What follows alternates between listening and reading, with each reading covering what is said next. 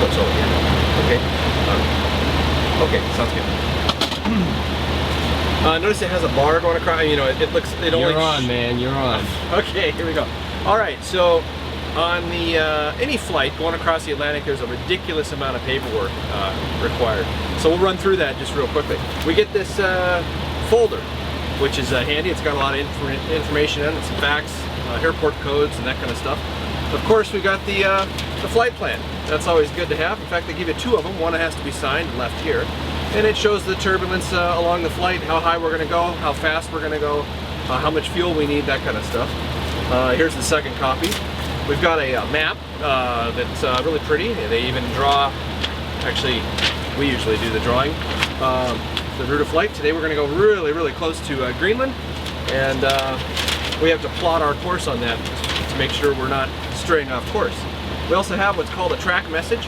This tells us we're on track Charlie, which has all these different waypoints on it, and we need to be on that. These are all the different tracks, Alpha through Golf. And just the fuel and the time at each waypoint that we'll be at. This is our takeoff data. It shows the amount of power we're going to need on the various runways and the flap settings. So for 9 and 27 here in London, this is what we're going to need. And the V speeds, the speeds that will rotate the airplane to take off, or liftoff speed. We got all the names of the crew. And then we've got weather, which includes the forecast winds, the forecast at our destination, the forecast at all our alternates, plus a whole bunch of messages on security items and just new procedures that might not have made it into our manual yet. And that continues with more weather and winds. And geez, they even give you here in London maps. Since we can't pull up the weather in flight while we're flying, well, we can pull up what the weather is currently, but we can't pull up, say, the depictions in the drawings. So this has the weather pressure systems, the highs and lows, and this graph here shows the amount of wind we'll have on our tail, or in this case, on our nose.